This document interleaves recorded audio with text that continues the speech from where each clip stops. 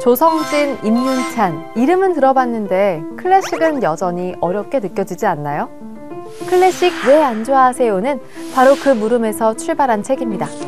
왜 안 좋아할까가 아니라 어떻게 하면 좋아할까에 대한 해답을 찾아가죠. 예를 들어 파가니니의 등장 장면은 이렇게 묘사되는데요. 구부정한 자세, 매부리 코, 헝클어진 머리, 바이올린을 어정쩡하게 들고 있는 모습. 그를 마주한 사람들은 제대로 연주할 수 있을까? 의심하지만 팔을 켜는 순간 모두가 웅성거리죠. 악마에게 영혼을 팔고 얻은 실력이래. 사실 악마가 연주하고 있는 거래. 그의 무대는 그만큼 압도적이고 충격적이었습니다. 이번에는 다른 음악가 라흐마니노프를 살펴볼까요? 초연의 실패로 깊은 우울에 빠져 3년간 단 한 음도 쓰지 못했다고 합니다. 하지만 한 의사의 최면 치료 덕분에 다시 피아노 앞에 앉게 되었고, 그때 완성된 곡이 바로 피아노 협주곡 2번입니다. 이 책은 지금 내 기분과 취향에 맞춘 클래식 플레이리스트까지 제안해 주는데요. 이런 음악이 클래식이었어? 생각보다 재밌네. 책을 읽다 보면 그런 말이 절로 나올지도 모릅니다. 딱딱하고 어렵게만 느껴졌던 클래식이 이번에는 어떻게 느껴지시나요? 클래식 왜 안 좋아하세요는 음악과 당신 사이의 거리를 좁혀줄 것입니다.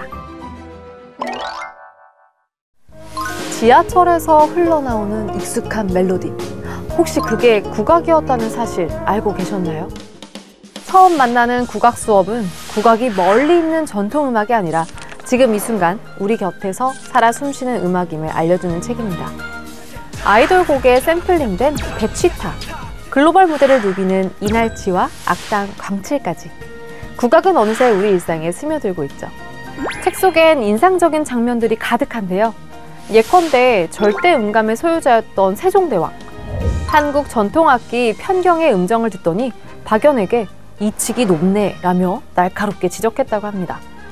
또 다른 인상적인 장면 중 하나. 진나라가 7개의 줄이 있는 칠현금을 고구려에 보냈으나 아무도 연주하는 법을 몰랐죠. 그래서 고구려의 양원왕이 소리내는 법을 아는 자에게 후한상을 주겠다고 하는데요. 그때 왕산악이 칠현금을 개량해서 새로운 악기를 만들었는데 그것이 바로 검은고라고 합니다. 이처럼 책은 총 40가지 주제를 통해 국악의 원리, 맥락, 철학을 흥미롭게 풀어냅니다. 국악은 왜 작곡가 중심이 아니었는지, 신화유와 재즈의 즉흥성이 얼마나 닮아 있는지, 아리랑이 왜 지역마다 다르게 불리는지 등 입문자도 부담 없이 읽을 수 있고, 이미 국악을 알고 있는 독자에겐 새로운 관점에서 즐길 수 있도록 구성되어 있는데요. 처음 만나는 국악 수업을 통해 당신도 국악과 더 가까워지고 싶어질 겁니다. 뮤지컬. 그냥 봐도 재미있지만 알고 보면 더 깊이 감동할 수 있겠죠.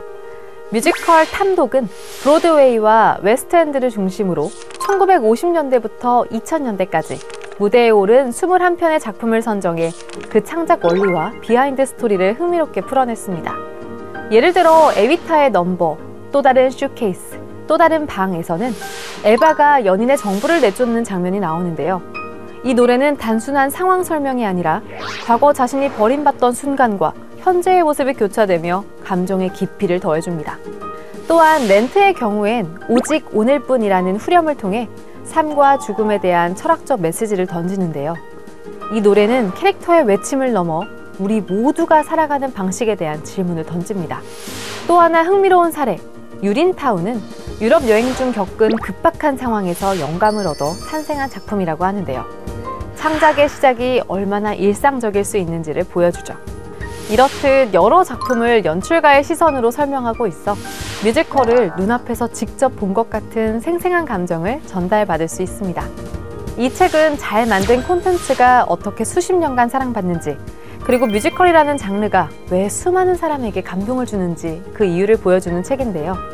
뮤지컬을 좀 더 깊이 이해하고 싶은 분들에게 뮤지컬 탐독을 추천합니다. 국회도서관과 함께하는 화제의 책. 첫 번째로 소개할 책은 이달의 심리학입니다. 봄이 오면 왠지 모르게 방 정리를 하고 싶어지지 않나요? 여름이 되면 괜히 분노지수가 치솟을 때가 있죠. 가을엔 문득 쓸쓸해지고 겨울엔 지나온 한 해를 돌아보며 묘한 안도감이 들기도 합니다. 이 책은 계절마다 우리가 겪을 심리를 설명하는데요. 시간이 쌓이듯 12달의 챕터를 통해 당신을 지탱하는 힘이 되어줄 겁니다. 다음으로 소개할 책은 난생 처음 운전인데요. 대중교통이 거의 없는 신도시로 이사하면서 7년 동안 묵혀뒀던 장롱 면허를 꺼내들고 운전대를 잡게 된 저자의 경험담이 담겨져 있습니다. 막상 운전을 하면서 즐거운 기억이 떠올랐다는 저자. 어릴 적 봉고차 안, 엄마의 티코, 차 안에서 들었던 노래와 여름 바다의 풍경까지. 이 책은 말해줍니다. 겁이 나도 괜찮다고.